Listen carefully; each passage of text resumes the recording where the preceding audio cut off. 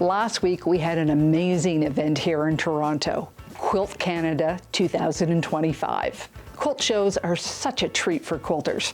Not only do you get to see incredible quilts on display, but you also get to reconnect with old friends and make some new ones.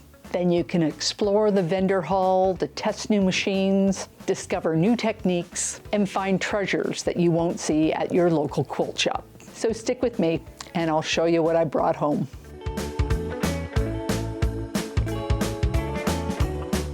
Hi, I'm Karen Brown of Just Get It Done Quilts. I give you tips, tricks, and strategies to help you make the quilt that you want to make. And if you like what you see, please click that subscribe button.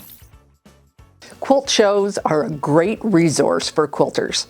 The quilts that are on display are full of colors and skills that can spark ideas for your next project. And the vendor hall can be just as inspiring, full of tools to test out and fabric that you just have to take home. Now, I have been quilting for a lot of years now, and I try to be very careful not to bring home duplicates or more of what I already have. But I was pleasantly surprised at all the goodies that found their way back home into my sewing room.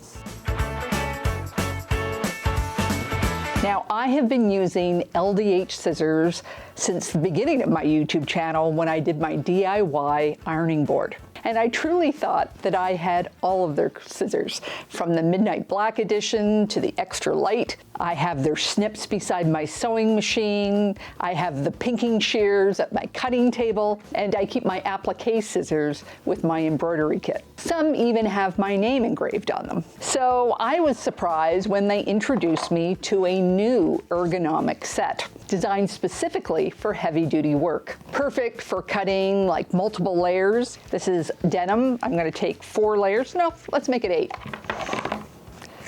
And it cut through with hardly any effort at all. So let's take this fabric and we're going to fold it in 2, 4, 8, 16, 32, and 64. And look how it cuts through.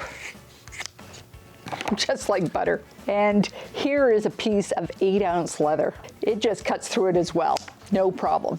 So this pair definitely came home with me. They also have serrated scissors, which are really good for working with lightweight and slippery fabrics with control and precision. I find that they're really good on wool and cork. I also picked up a pretty pair of snips. These are going to go on my long arm, so if I find them in another part of my studio, I know exactly where they go. At quilt shows, I try not to buy fabric that I can buy at home. And up to now, I have never purchased any shui fabric. When I saw these skirt panels at Meerkat Trading, I had no problem adding them to my stash. These panels are made by 3 Cats, which are now produced in South Africa by Degama Textiles. Traditionally, they are used to make a makoti skirt, and they're worn by a bride to show her newly married status. Today, they can be found in mainstream South African fashion as symbols of acceptance and equality. Now, Meerkat stocks these in a number of different colors. I bought 14 panels. I like extra overlap in my skirt, and I bought several different patterns for that scrappy look I love. Now, you did need to buy an extra ½ yard for the waistband, but it did come with a free pattern and user instructions. And one thing you need to remember is these fabrics need to be pre-washed before you use them. Now, one of the most breathtaking quilts I saw was from Collections in Edith. You could just stare at this quilt for hours, finding all the little details like the houses, the people, the street lights, and the houseboats. It was just incredible. And you know how much I love the Netherlands. So yes, I did buy the pattern. It's quite big, as you can see, but it's detailed with lots of instructions and suggestions for thread, quilting, and embellishments. All of Edith's designs are designed to be quilted on a domestic sewing machine or a mid-arm. I think that these patterns are so clever that I'm going to invite her on my podcast so that you can learn more about her work.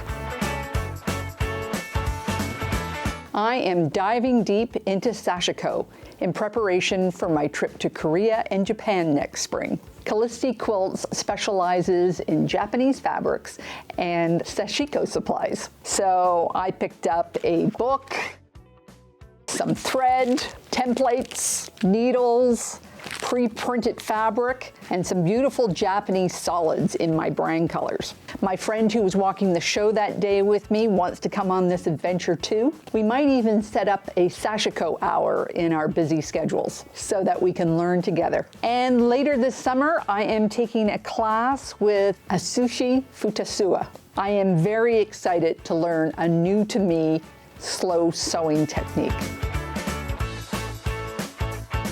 I thought I knew all the different types of wonderful threads, but I was thrilled to discover a 60-weight cotton thread called Athena. I am working on a jungle magnolia quilt by Quiltworks, and it has so many intricate pieces and layers, and I thought a finer thread might give me better results. Now, another great thing about Quilt Shows is you can rely on the expertise of the vendors. So when I told Callista at Wonderful that this is what I wanted, she suggested that I also try a 60-weight poly and experiment with them and see which one I like the best. I was also able to grab a sampler pack of Wonderful's new creative mediums. Now you might be asking, what is that? So they're like stabilizers that will help enhance your machine embroidery, applique, freestanding lace, and more. I think I've got 7. 1, 2, 3, 4, 5, 6, 7. I know that some of these are going to help me with my new Sashiko work and my beautiful Amsterdam quilt. So stay tuned because I'm going to be testing them in the weeks ahead.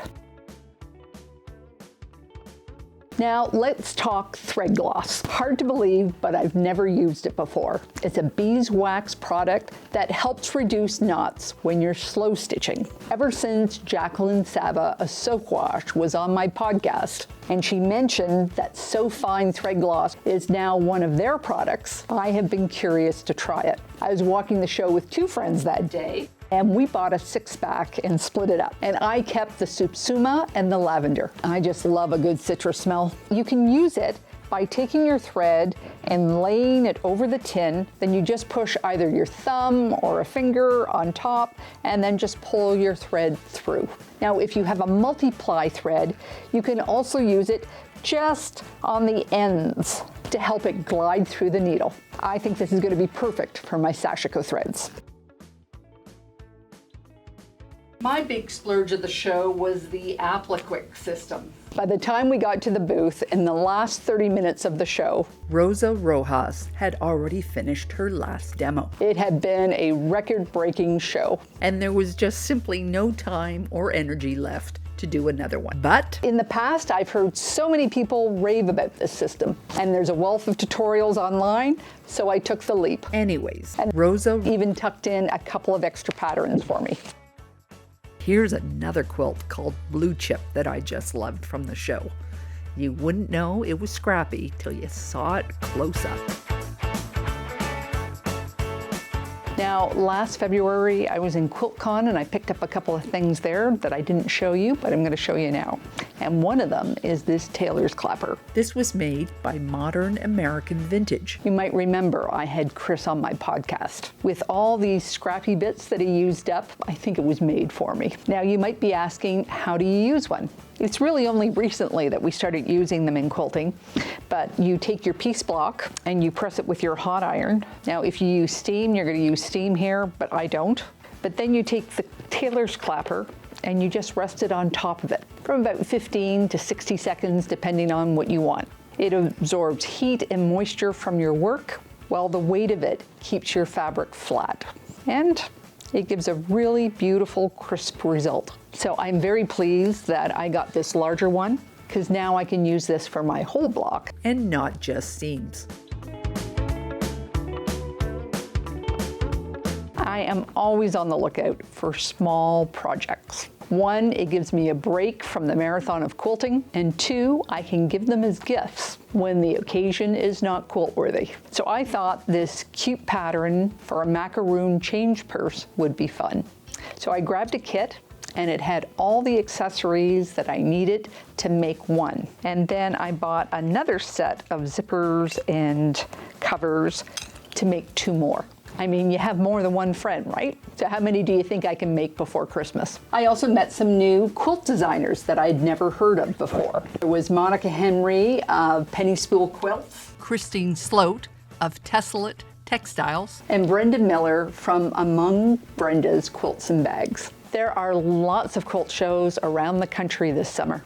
It is worth the drive to go to one, and it's a great activity to do with friends and family. Take care, and I'll see you next time.